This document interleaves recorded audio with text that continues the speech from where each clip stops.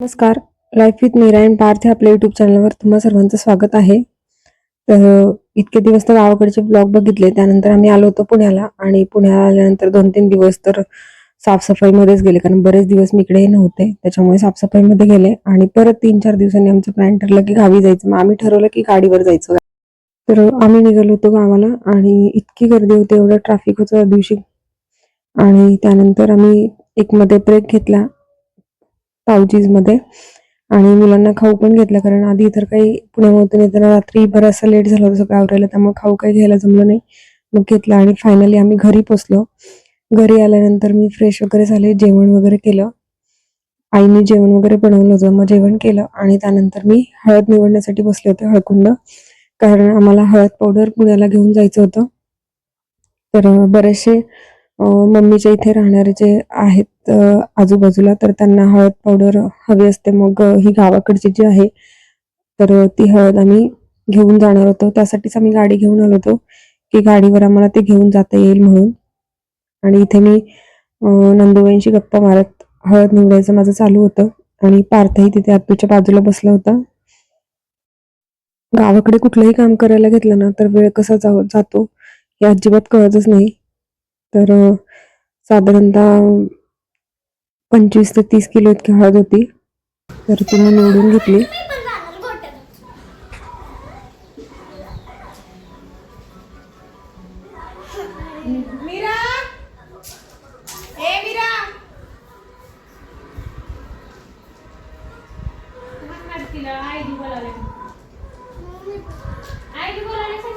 किती राहिले होतं जेवण?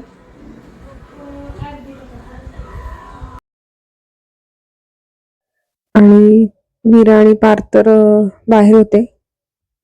आत बाहेर त्यांचं खेळायचं वगैरे पण चालू होतं. आणि माझं हे सगळं निवडून झालं की त्यानंतर आम्हाला संध्याकाळीच रिटर्न यायचं होतं. आणि ह्यातलं मी साधारणतः एक 10 किलो इतकी हळद दळण्यासाठी दिली होती आहोंच्या सोबत. आणि बाकीची जी सगळी राहिलेली आहे, तर ती नंतर दळायची होती, पण मी सगळीच निवडून ठेवली, कारण माझं परत येणं होणार आहे की नाही हे पण कन्फर्म नव्हतं.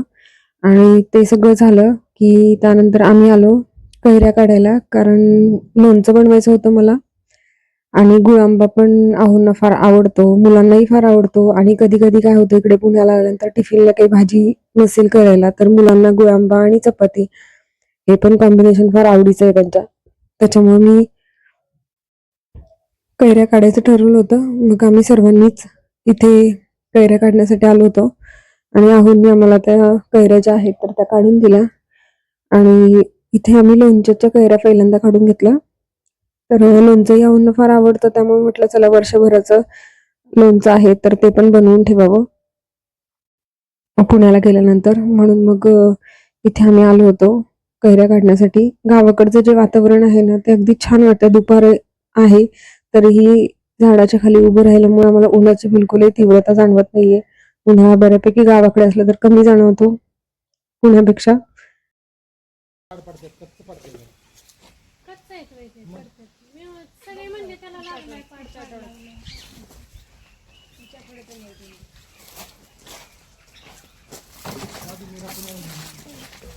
पुण्याला आल्यावर पकाडा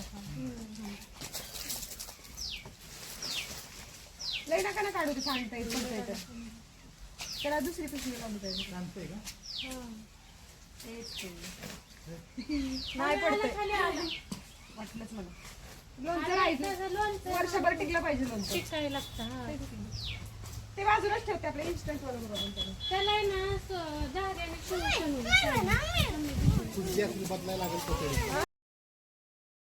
आणि ते बाबांचं मीराला पिडायचं चाललं होतं की मीराला पुण्याला घेऊन जायचं, आंबे जेव्हा पिकतील तेव्हा. आणि तिला फार आंबा आवडतो, त्याच्यामुळे तिला पिडायचं काम सगळ्यांचं चालू होतं.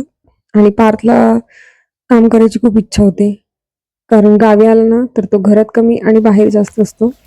तर कैऱ्या वगैरे काढून झाल्या की त्याच्यानंतर थोड्या वेळाने आम्ही शेवग्याच्या शेंगा पण आम्हाला घेऊन जायचं होतं, तर ते काढण्यासाठी निघालो होतो. आणि इथे छोट्या नंदुबाई पण आल्या होत्या कॉलेजवरून. मग आम्ही सगळेजण शेवगा काढण्यासाठी पण गेलो. त्याच्यानंतर नारळ आहेत तर ते पण काढले होते, नारळ पाणी मुलांना प्यायचं होतं. आणि इथं मीराने व्हिडिओ लावला होता, कारण तिला इथे गायला पाणी वगैरे द्यायचं होतं आणि धुवायचं पण होतं, तर ते. आणि हे सगळं आवरल्यानंतर फायनली आम्ही संध्याकाळी 6:30 नंतर निघालो पुण्याला यायला आणि येईपर्यंत बराचसा अंधार पडला होता.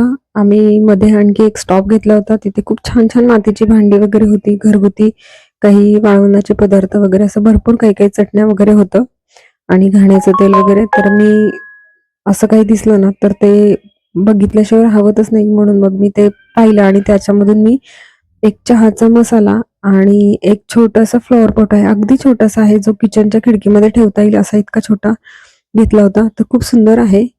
तर असा होता एक छोटासा व्लॉग. जर आजचा व्हिडिओ तुम्हाला आवडला असेल तर व्हिडिओला नक्की लाईक करा, कमेंट करा, शेअर करा आणि आपल्या life with Meera and Parth या युट्यूब चॅनलला सबस्क्राईब केलं नसेल तर नक्की सबस्क्राईब करा आणि बेल आयकॉनवर क्लिक करा, जेणेकरून येणाऱ्या व्हिडिओचे नोटिफिकेशन तुम्हाला सर्वात आधी मिळतील. चला तर मग भेटूया पुन्हा एकदा अशाच एका नवीन व्हिडिओमध्ये. तोपर्यंत stay healthy, stay happy. Thank you so much. Thanks for watching my video.